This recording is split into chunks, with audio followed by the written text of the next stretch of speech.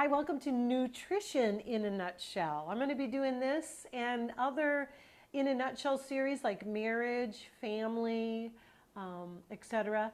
Today I want to do nutrition in a nutshell, and I have 3 or 4 of them that you'll be able to have access to help you out with better eating choices. Now, you may be wondering what makes me an expert in nutrition, and I do want to make it clear I'm not an expert, but I have spent many years studying nutrition. I've made the mistakes. I'll share some of them with you, and hopefully you're going to be feeling better. As a pastor and overseer of God's people, I love to see people feeling good, healthy, healed, whole, like Jesus wants them to be. And as a Pentecostal believer, I do believe in laying hands on the sick and they recover. I believe in miracles of healing. I've seen them. I pray for the sick regularly. But I do know that the Bible also says, in all you're getting, get wisdom. And so it's really important to eat healthy.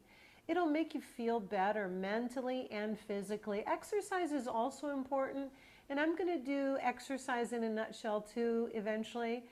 You'll see a few on vitamins and minerals in a nutshell coming up, gallbladder health in a nutshell, digestive health in a nutshell. But in the first of this series, I want to talk about how I've learned about nutrition.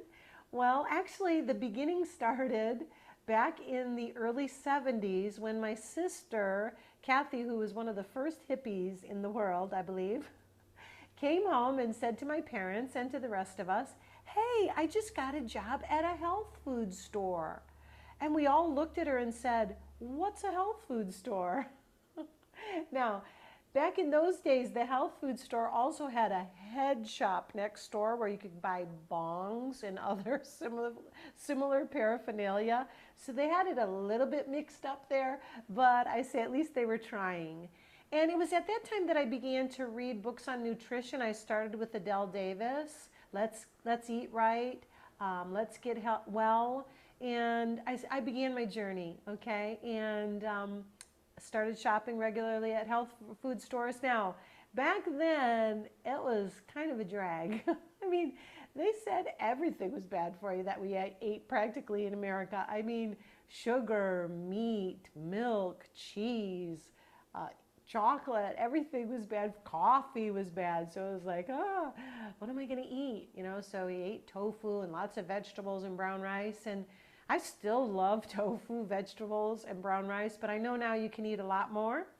And since God said that he was going to take the children of Israel into a land flowing with milk and honey, I refuse to believe that milk is bad for you, along with honey. Now, I do encourage you to get organic milk and honey locally. They're really good for you. One of the things that I've found that helps me to feel better in my body, 2 things that I really want to share with you quickly today. And that is, if you live in Michigan like I do, or a northern state, you need to be taking fish oil during the winter. My Norwegian grandmother and my French and Irish grandmothers, their parents gave them cod liver oil regularly when they were kids, and they all hated it, okay? You can actually get it as omega-3 fatty acids now, and I really encourage you to do so, and take that regularly in the winter.